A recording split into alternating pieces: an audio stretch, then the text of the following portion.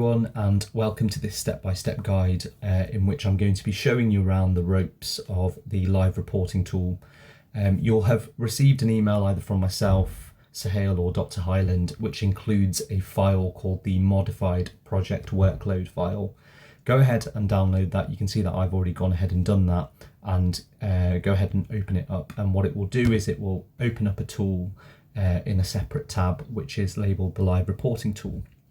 You can see here that this is the main interface of the tool. On the left hand side you'll find the form where you're able to put in a variety of different inputs, and then a key on the right hand side which will give you some rough guidance as to what you should do with the net result of that tool. You can see that the first box, if you like, on the live reporting tool is your experience level, and that's specifically your experience level on call. So you can see that I've been playing around with the tool. And as an ST2 who's just finished their first 6 months, the most appropriate level of on-call experience for me would be 6 months to a year, but you can see that depending on your seniority, you could choose any one of these 4 options. Go ahead and take a look at Chris at the time that you're filling in this form, hopefully whilst you're actually completing the on-call, and fill in any boxes accordingly. So let's say I had 4 CT heads which have been scanned and they're awaiting a report, 2 traumas and maybe 1 CT abdomen and pelvis. Once you've filled in all the required options on the number of scans which are awaiting reporting, go down to the second section of this reporting tool, which is intended to give a rough estimate of the number of high priority scans that are due to be scanned imminently. So those are, for example, any trauma scans that you've vetted, or any head injuries who are on anticoagulation with neurology, for example. So let's say I've got 3 of those and I've got 2 traumas coming in as well.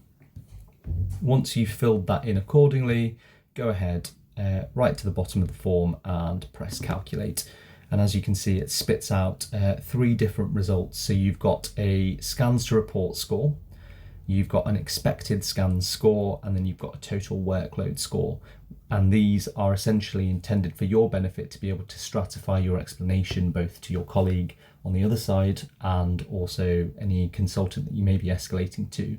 So you can see off the basis of our kind of imaginary on call, we have a red volume of number of scans to report, a red figure of expected scans, and an overall workload calculator which is red, and that factors in a variety of different parameters including the difficulty or perceived difficulty of the study and also your experience level.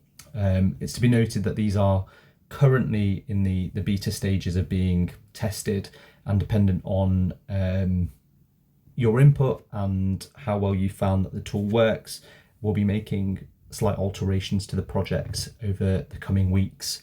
If possible, once you've got that, we'll be sending through a spreadsheet as well in which you can input the actual scores that you were given, and those are essentially the scores provided on this net result. We'd just like you to put the total workload score in if possible. That's the data we're going to be collecting, and then fill in any other parameters after you've used the tool. If you've got any further questions or you'd like any clarification, please feel free to reach out to myself or Sohail. We'll be happy to give you an in-person demonstration if needed. And yeah, thanks very much for watching.